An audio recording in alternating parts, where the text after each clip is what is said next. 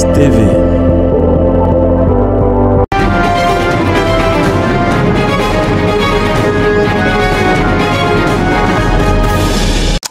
Mesdames, Messieurs, bonjour et bienvenue sur DFMS TV. Vous faites bien, n'est-ce pas, de rester fidèles à nos programmes. Nous nous excusons tout de même pour ce break, ce break dû indépendamment de notre volonté. C'était tout simplement pour essayer de tout remettre en ordre afin de vous donner le meilleur de l'information et, n'est-ce pas, une bonne qualité de nos programmes. Tout est donc remis en ordre. Nous pouvons redémarrer nos programmes habituels et ce matin on commence par Sport Matin. Sport Matin, donc on va parler des élections à la Fédération ivoirienne de football avec, n'est-ce pas, Yacine Idriss Diallo qui a été élu à la tête du football ivoirien pour 4 ans. Et puis on va passer de l'autre côté sur les terrains pour parler des quarts de finale retour de la Ligue des champions de la CAF, sans oublier la Coupe de la CAF. On va aussi, mesdames et messieurs, chers abonnés, évoquer le sujet de la situation de la Fédération gabonaise de football. Et puis on partira au Burkina Faso et bien entendu en Guinée-Conakry avec la nomination de Kaba Diawara comme sélectionneur du Sili national. Mesdames et messieurs, ne quittez pas, juste un break et je reviens derrière pour dérouler.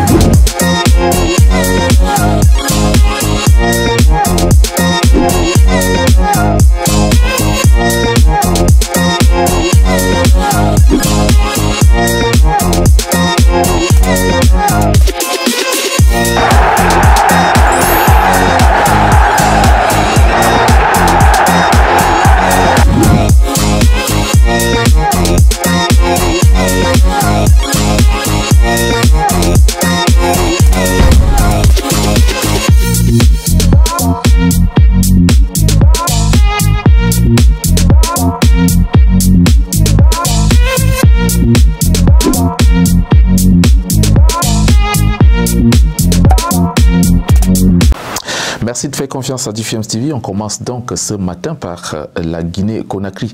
La Guinée-Conakry et Kaba Diawara qui est donc nommé sélectionneur du Sili national de Guinée. L'annonce a été faite il y a quelques jours par la Fédération guinéenne de football après avoir lancé un avis de recrutement. Il faut noter que Kaba Diawara assurait déjà l'intérim durant la dernière Coupe d'Afrique des Nations au Cameroun et aura pour mission de qualifier le Sili national de Guinée pour la prochaine Coupe d'Afrique des Nations qui aura lieu du côté de la Côte d'Ivoire, en passant bien sûr par les matchs éliminatoires dans le groupe qui est composé de l'Égypte, du Malawi et de l'Éthiopie.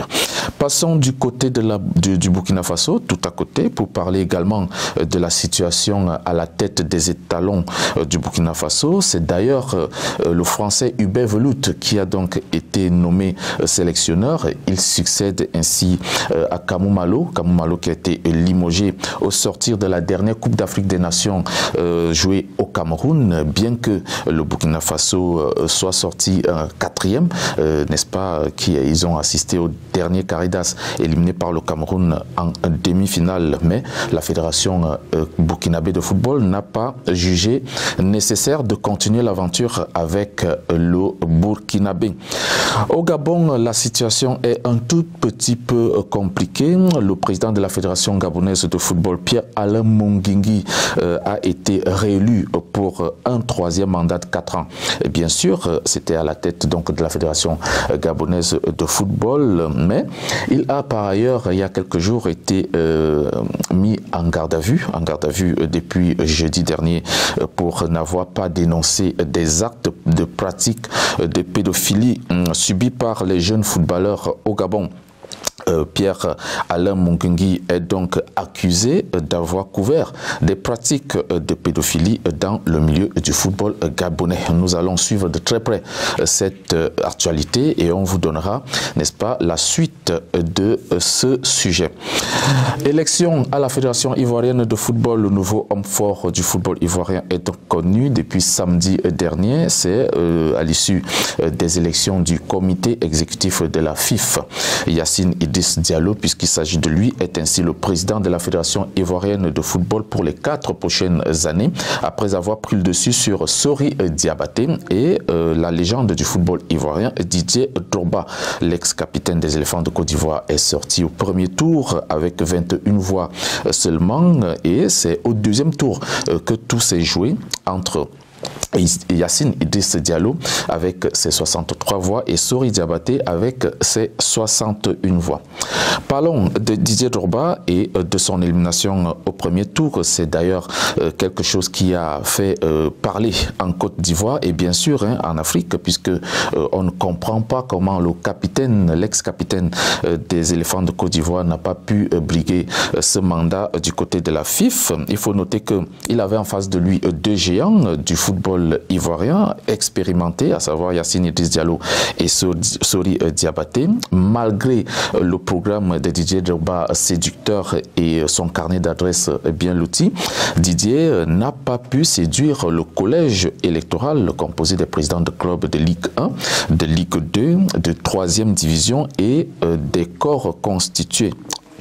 Sur les 81 membres donc appelés à élire le président de la Fédération ivoirienne de football et son exécutif, l'ancien buteur de Chelsea n'a eu que 3 voix pour les équipes de Ligue 1, 8 voix pour les équipes de Ligue 2, 9 voix pour les équipes de 3e division et une seule voix pour le groupement d'intérêt qui est composé, n'est-ce pas, des associations des footballeurs, l'association des médecins, l'association des arbitres et bien d'autres. Ce qui fait donc un total de 21 voix, insuffisante pour passer au deuxième tour. Il faut donc encore attendre pour l'ancien buteur de Chelsea afin, n'est-ce pas, d'espérer diriger le football ivoirien. Parlons toujours des élections à la Fédération ivoirienne de football. Cette fois-ci, on va essayer de comprendre ou de savoir qui est Yacine Idriss Diallo, le nouveau président de la Fédération ivoirienne de football.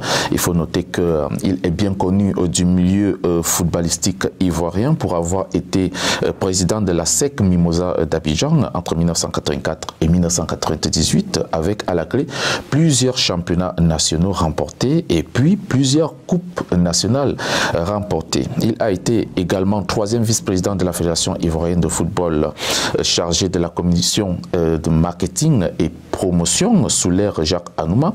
Et puis il a été directeur des affaires financières de la radio-télévision ivoirienne. Et puis il a aussi officié comme directeur commercial et marketing de la LONASI, la Loterie nationale de Côte d'Ivoire, puis directeur général de cette entreprise entre 1992 et 2000.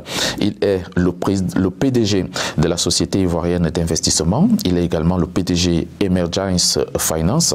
Il est administrateur et actionnaire de la compagnie minière du Bafing. Le Bafing qui est donc une société qui exploite le nickel. Et puis il est actionnaire dans une mine de bauxite en Côte d'Ivoire. Il est également le PDG de Asims Asia Investment and Trade Enterprise, une entreprise, n'est-ce pas, de finance basée en Asie, sans oublier que c'est un homme d'affaires accompli et bien introduit dans le domaine du football parce qu'il a travaillé longtemps sous l'ombre de plusieurs présidents de fédérations. Aujourd'hui, il est à la tête de la Fédération ivoirienne de football pour 4 ans. Il va donc avoir la responsabilité, si vous voulez, la lourde responsabilité de redresser le football ivoirien, d'abord localement, puis sur la scène internationale. Notons que la Côte d'Ivoire va donc accueillir la Coupe d'Afrique des Nations en 2023.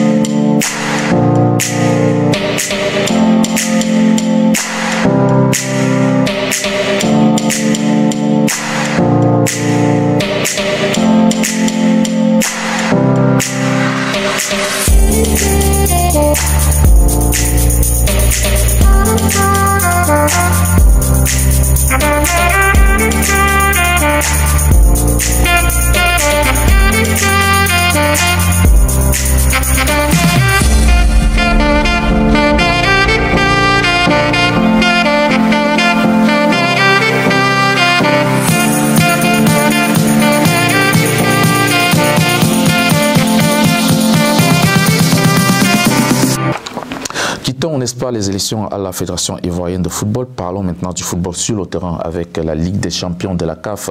Les quarts de finale de la Ligue des champions de la CAF ont donc eu lieu ce week-end avec la qualification de Petro Atlético de Luanda sur les Sud-Africains des Mamelodi Sundowns. Après la victoire de buts à 1 des Angolais à l'aller, le match nul, un but partout au retour était donc suffisant pour passer en demi-finale. Et puis il y a eu la qualification du Wydad de Casablanca contre les Algériens de Belouizdad. Score au match retour 0 but partout, un résultat qui profite au Wydad grâce à sa victoire 1 but à 0 à l'aller. Et puis il y a les Algériens de l'entente sportive Sétif qui ont donc battu les Tunisiens de l'Espérance de Tunis 1 but à 0 après un match nul à l'aller, 0 but partout. Les tenants du titre égyptien Al-Ali du Caire se sont aussi qualifiés après le match nul 1 but partout face aux Marocains du Raja Casablanca. Al-Ali s'était imposé 2 buts à 1 à l'aller au Caire. Au dernier carré, donc, on aura Al-Ali du Caire qui va représenter l'Égypte, le Wydad de Casablanca qui va représenter le Maroc, l'entente sportive Sétif qui représentera donc l'Algérie et puis le Petro Atlético de Luanda, l'équipe angolaise. On va terminer notre balade sportive par la Coupe de la CAF qui joue aussi ses quarts de finale ce week-end, en retour bien sûr, avec les Congolais du tout-puissant Mazembe qui ont battu les Égyptiens de Pyramides 2 buts à 0 après un score à l'aller de 0 but partout.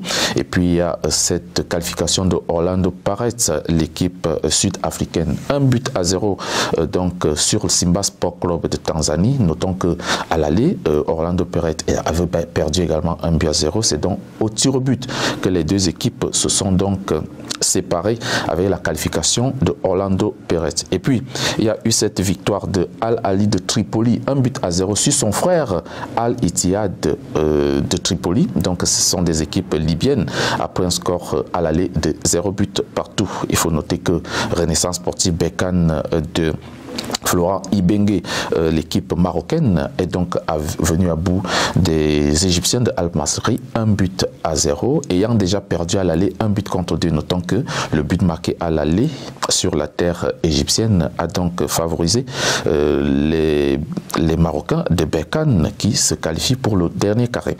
Pour conclure, donc les demi-finales de la Coupe de la CAF auront donc lieu entre le tout-puissant Mazembe de la République démocratique du Congo, Orlando Pirates de la République sud-africaine, Al-Ali de Tripoli de Libye et puis Renaissance Sportive Berkane du Maroc. Voilà, mesdames et messieurs, tout ce qui peut être dit pour l'information sportive de ce mardi. Notons qu'on vous retrouve vendredi pour une autre édition de Sport Matin. Portez-vous bien.